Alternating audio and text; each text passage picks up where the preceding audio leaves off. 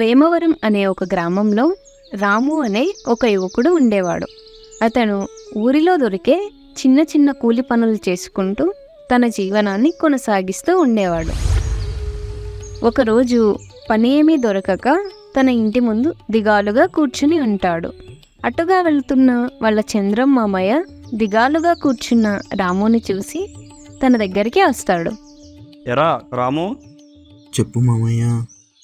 ఈరోజు పనేం లేదారా?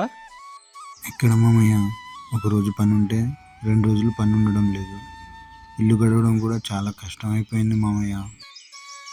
ఎరా, మన సావుకారు వాళ్ళ తోటలో 2 రోజులు పని ఉందంటరా. నువ్వు ఆ పని చేసుకునిరా. ఈ 2 రోజుల్లో నీకేదో ఒకటి చూస్తా. అలాగే మామయ్య, నువ్వు మాత్రం మర్చిపోకుండా పని చూడే. అలా అంటావేంటి అల్లుడు? నాకున్న ఒకే ఒక చెల్లెలి కొడుకువి. రేపో మాపో నా కూతుర్ని చేసుకోవాల్సిన వాడివి. నీకు కాకపోతే ఇంకెవరికి చూస్తారా? అలాగే మామయ్య, నేను వెళ్ళొస్తాను మరి.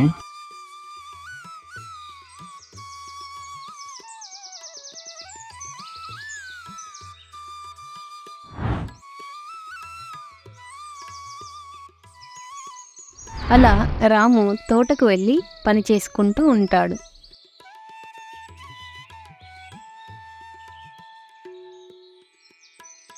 మరుసటి రోజు రాము తోట పని ముగించుకొని తన ఇంటికి వెళ్తుండగా మార్గం మధ్యలో తన చిన్ననాటి స్నేహితుడు సోము కనిపిస్తాడు. ఎరా సుమో, ఈరోజు కూడా పనేం లేదా? ఇలా చిన్న చిన్న పనులు చెయ్యను, అన్నీ నీకు తెలుసు కదరా.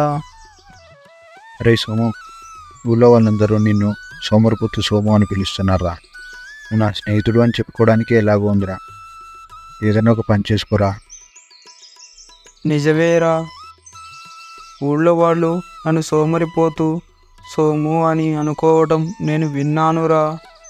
అందుకని ఇక నుంచి పని చేసుకుందాం అనుకుంటున్నాను. మంచి నిర్ణయం తీసుకున్నావురా. ఇక నుంచి అయినా మంచిగా పని చేసుకొని ఊళ్ళో మంచి పేరు తెచ్చుకో.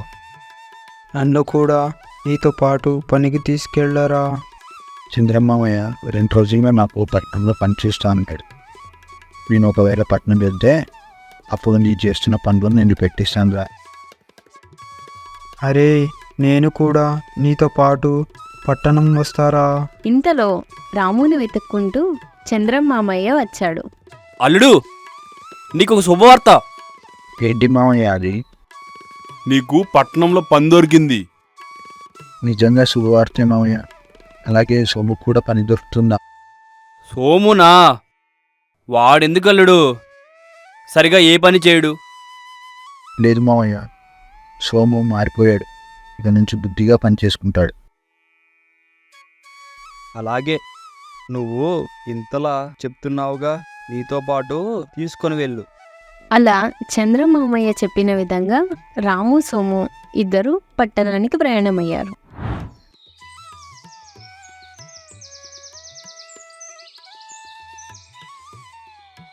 పట్టణానికి వెళ్ళి రాము సోము జమీందార్ని కలుస్తారు. ఎవరు బాబు మీరు?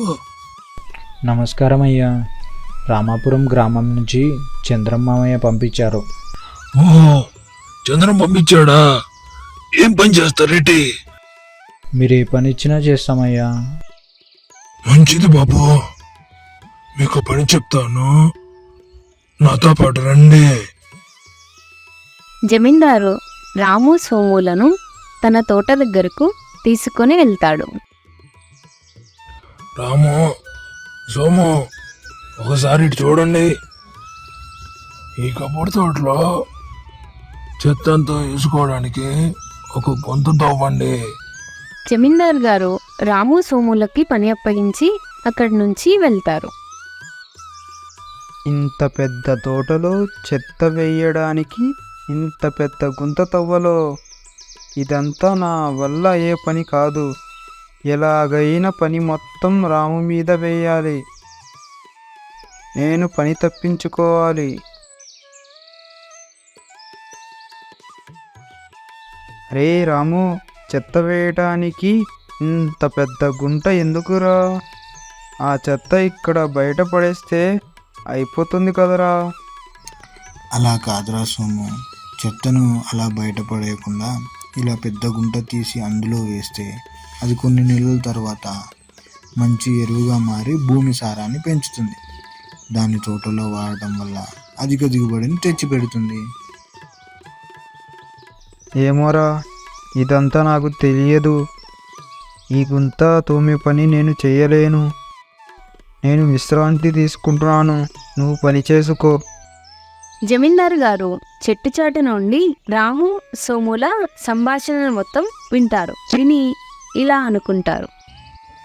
ఆ సోము గురించి ఊళ్ళో వాళ్ళు అనుకునేది నిజమే.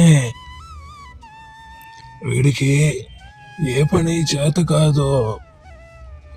వీడు నిజంగానే సోమరిపోతూ సోము.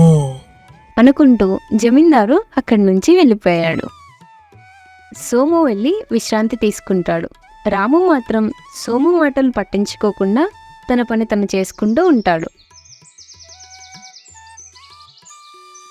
అలా పని చేసుకుంటూ ఉన్న రాముకి గుంతలో ఏదో మెరుస్తూ కనిపించింది.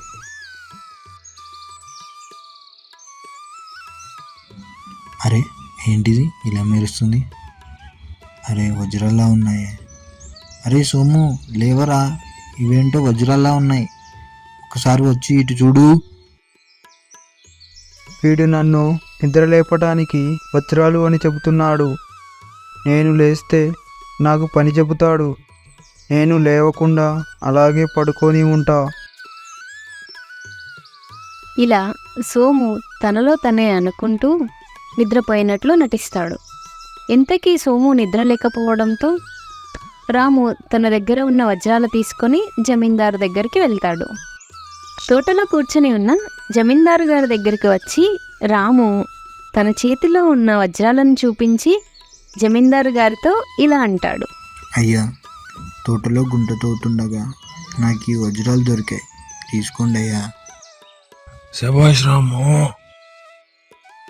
నేను ఇందుకు ముందే సోముకి నీకు మధ్య జరిగిన సంభాషణని విన్నాను. అప్పుడే నీ కష్టపడే మనస్తత్వం గురించి తెలిసింది. ఇప్పుడు నీకు వజ్రాలు దొరికినా సరే నువ్వు తీసుకోకుండా నీ యజమానికి అప్పచెపుతున్నావు చూడు. నీ నిజాయితీకి మెచ్చుకుంటున్నాను రాము. నీ నిజాయితీకి ఒక కానుక రాము.